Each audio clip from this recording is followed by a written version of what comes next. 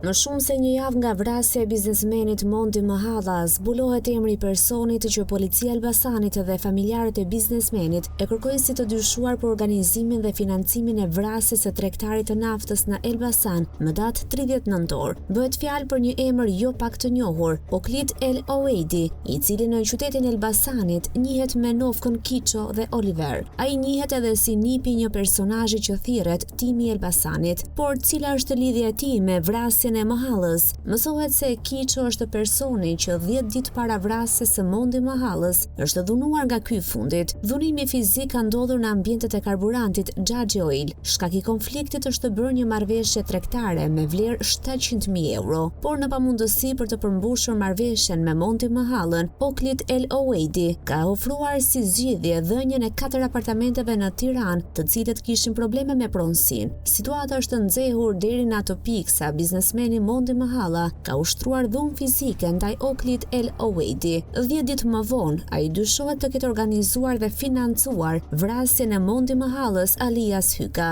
Aktualisht Kiço nuk është arritur të lokalizohet dhe shoqërohet në polici për të dhënë shpjegime. Ai ka dalë në Maqedoninë e Veriut, vend në të cilin ka shumë njohje shoqërore, mes të cilave edhe Sheval Muharemin, që në Maqedoni njihet si bosi i Kërçeçit që jeton në Dubai.